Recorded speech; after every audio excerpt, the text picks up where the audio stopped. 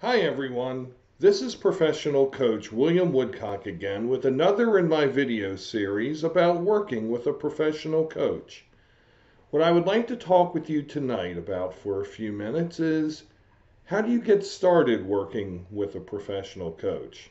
For example, you may have seen some of my ads or picked up a brochure at a community event I attend, or you may have found another coach elsewhere through your Google search or whatever other means, word of mouth, that you might have heard about and you want to work with that person.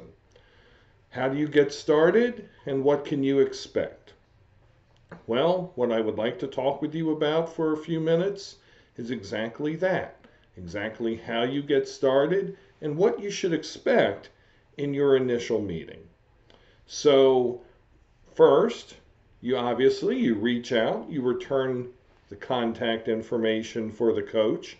I can be reached, for example, at www.williamwoodcock.com, at billwoodcock17@gmail.com, or at 410-963-0717. You should expect a prompt and courteous reply. You may wind up getting an auto-respond email. I personally do not use those, but I do know of some who do. But if you do not get a contact back within a few days, I would urge that you either try to contact the person again or move on. And certainly if you try to contact the person twice and you don't receive a reply, then you should definitely move on. So you should receive a reply from that coach, and be it email or telephone, you should be able to have a conversation about when you could first meet to have what's called a intake session. So again, this conversation can happen either on the phone or over email, but you should expect to be asked to have this initial meeting to determine if coaching is good for you or if it's appropriate for you. You should not be charged for this meeting. Almost every coach I know does not charge a fee for this initial meeting, and I would urge that you not pay an initial fee for this meeting.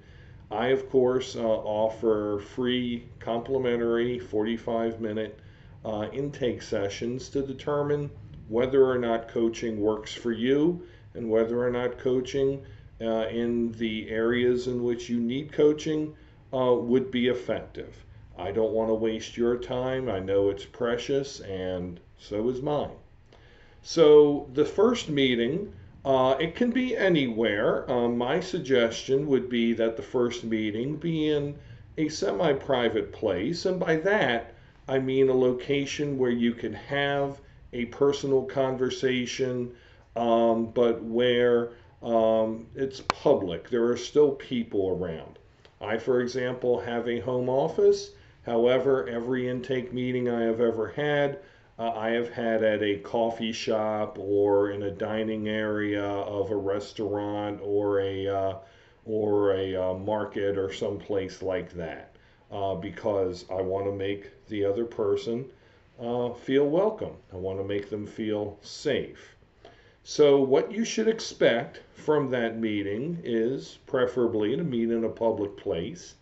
And then also, you should be expected to share a little bit of biographical information, who you are, where you're from possibly, maybe your age, whether or not you're married, whether you have any kids, your hobbies, general identifying information and small talk to to build a friendly rapport between you and your prospective coach.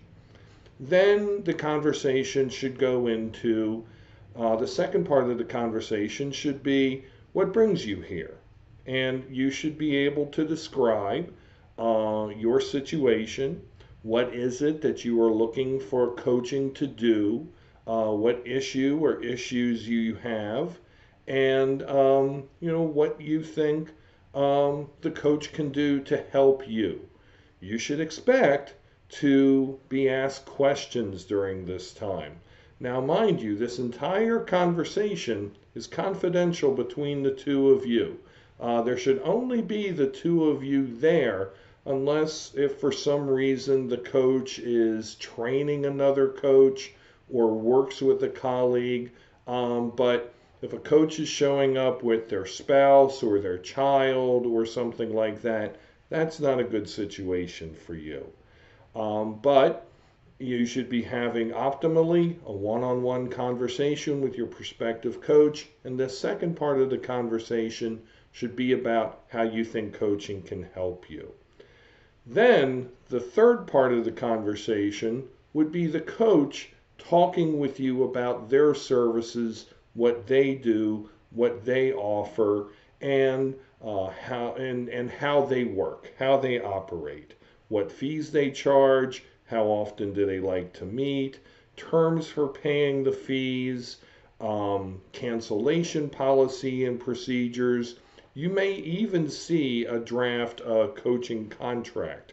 I would urge, as with any document, that you read through this contract thoroughly before you sign it.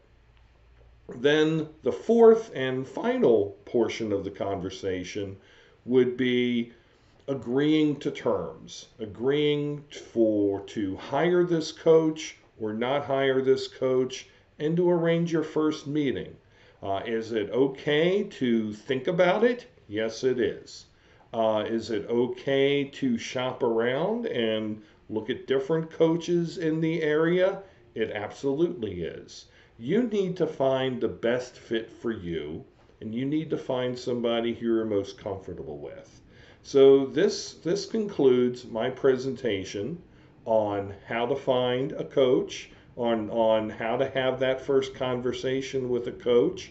By searching career coach, executive coach on Google, you will certainly find a lot of people who will help you, including myself.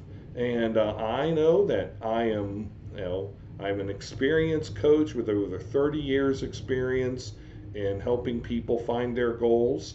And I hope that you will join me and help me help you explore your goals and explore how you can fulfill your life to be the best it can be.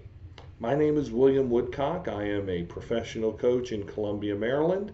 Again, I can be contacted at www.williamwoodcock.com, at billwoodcock17@gmail.com, or 410-963-0717. Thanks. Until next time, have a great day.